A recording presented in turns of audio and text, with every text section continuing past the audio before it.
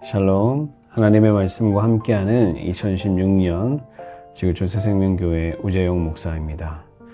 2026년도는 신명기 8장 1절의 역사, 하나님의 말씀을 지켜 행하면 살고 번성하며 차지하는 역사를 믿고 나아갑니다. 사랑하는 성도 여러분, 오늘 우리에게 주시는 하나님의 말씀은 누가복음 3장 15절로 38절의 말씀입니다.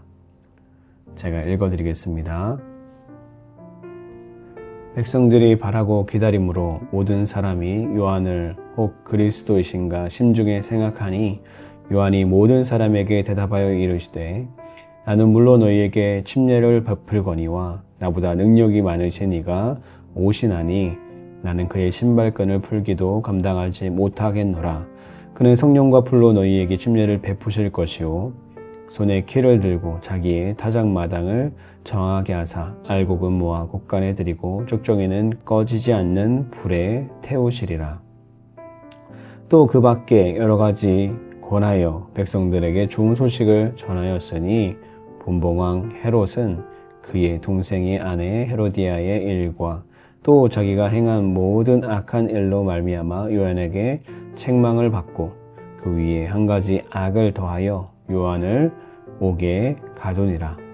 백성이 다 침례를 받을새 예수도 침례를 받으시고 기도하실 때에 하늘이 열리며 성령이 비둘기같이 형체로 그의 위에 강림하시더니 하늘로부터 소리가 나기를 너는 내 사랑하는 아들이라 내가 너를 기뻐하노라 하시니라. 예수께서 가르치심을 시작하실 때에 30세쯤 되시니라.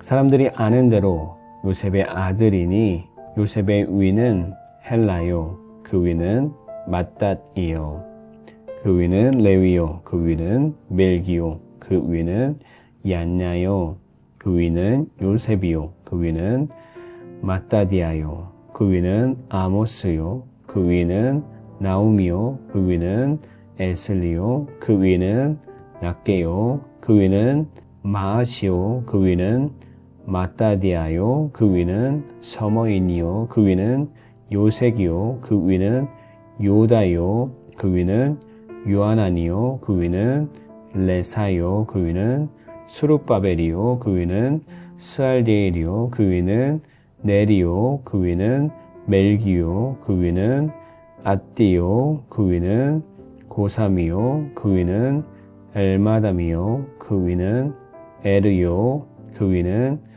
예수요, 그 위는 엘리야서요, 그 위는 요림이요, 그 위는 맏다디요, 그 위는 레위요, 그 위는 시므온이요, 그 위는 유다요, 그 위는 요셉이요, 그 위는 요담이요, 그 위는 엘리야김이요, 그 위는 멜레아요, 그 위는 멘나요, 그 위는 맏다다요, 그 위는 나단이요, 그 위는 다윗이요, 그 위는 이세요, 그 위는 오벳이요, 그 위는 보아스요, 그 위는 살몬이요, 그 위는 나손이요, 그 위는 아메나담이요, 그 위는 아니요, 그 위는 헤스론이요, 그 위는 베레스요, 그 위는 유다요, 그 위는 야곱이요, 그 위는 이삭이요, 그 위는 아브라함이요, 그 위는 데라요, 그 위는 나홀이요, 그 위는 수룩이요, 그 위는 루요, 그 위는 벨렉이요, 그 위는 헤버요, 그 위는 살라요, 그 위는 가이난이요, 그 위는 이박삿이요, 그 위는 셈이요, 그 위는 노아요, 그 위는 레멕이요, 그 위는 모두셀라요, 그 위는 에녹이요, 그 위는 야렛이요, 그 위는 마할랄렐이요, 그 위는 가이난이요, 그 위는 에노스요, 그 위는 셋이요, 그 위는 아담이요, 그 위는 하나님이시니라. 아멘. 오늘 하나님의 말씀의 제목은 겸손한 1인자 예수입니다. 요한으로부터 예수님으로 전환되는 두 인물의 교차 장면들을 담고 있습니다.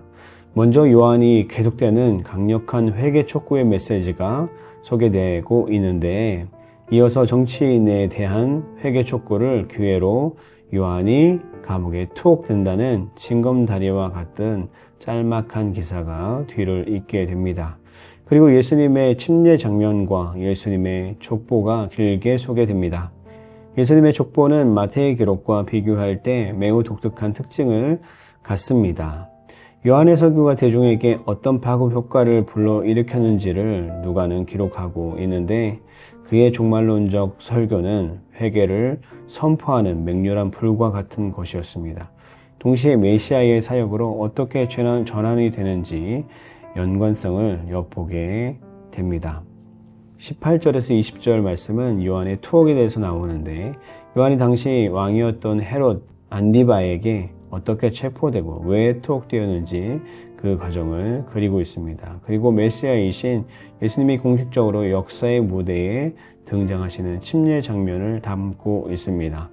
23절로 38절은 예수님의 족보에 대해서 나옵니다. 누가는 예수님의 족보를 길게 소개합니다. 요셉으로부터 하나님에게까지 이르는 78명의 이름을 소개하면서 예수님이 어떻게 새 시대를 창조해 나가는지와 온 인류를 어떻게 품어가시는지 그 이유를 밝히시는 근거를 제시하고 있습니다. 족보는 유대적 기록에서와 같이 공식적 사역을 출발을 알리는 매우 중요한 역할을 하게 됩니다. 사랑하는 성도 여러분, 요한은 자신의 신분과 역할을 분명히 인식하고 있습니다. 그래서 자신을 향한 사람들이 품고 있던 잘못된 기대, 당신이 메시아이십니까? 라는 그 기대를 무너뜨리고 모든 시선을 메시아이신 예수님께 돌리도록 합니다. 그리고 예수님의 수세의식, 그것은 메시아로서의 대관식과 같은 의미를 가집니다. 그 과정 속에서 요한의 역할은 축소되고 성령 강림과 예수님이 하나님의 아들이라는 음성만이 강조됩니다. 사랑하는 성도 여러분, 요한은 자신을 비워냅니다. 그리고 많은 사람들이 요한을 따랐지만 그들의 마음속에 메시아 되신 다음 분, 바로 예수 그리스도를 담아줍니다. 예수님이 침례를 받으시는 그 과정 속에서도 하나님의 아들이 바로 예수님이라는 성령 강림 사건이 나옵니다. 여러분, 예수님이 이 땅 가운데 오실 때 가장 겸손하게 오셔서 겸손한 삶을 사셨습니다. 하지만 하나님께서는 그를 높이시는 모습을 볼 수 있지요.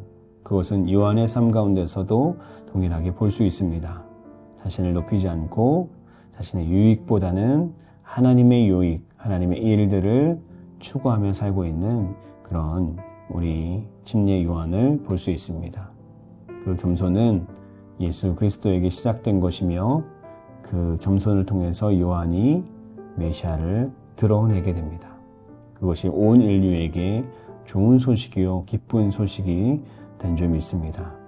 우리의 겸손이 아무것도 이루지 못하는 것 같지만 우리의 삶 가운데 가장 좋은 예수 그리스도를 드러내는 좋은 도구라는 것을 우리가 기억하고 겸손하신 1인자 예수 그리스도를 따르는 우리의 삶이 되기를 주님의 이름으로 축복합니다. 기도하겠습니다. 걸어가신 주님 감사합니다. 오늘도 주님 앞에 나와서 우리가 하나님의 말씀을 듣고 따르며 순종합니다. 주님, 예수 그리스도의 그 겸손, 침례 요한의 그 겸손이 우리의 삶 가운데 아버지 우리의 삶을 지배하고 우리의 생각을 지배하실 수 있도록 도와주시옵시고 주님께서 아버지 온전히 아버지 우리의 삶을 붙들어 주셔서 예수 그리스도의 겸손과 요한의 겸손을 우리가 닮아갈 수 있도록 하나님 도와주시옵소서. 우리의 부족함 가운데서도 주님을 따릅니다. 예수 그리스도의 이름으로 간절히 기도드렸습니다. 아멘. 오늘도 우리와 함께 하시고 겸손함을 허락하실 주님을 찬양하며 기대하며 나아갑니다. 마라나타.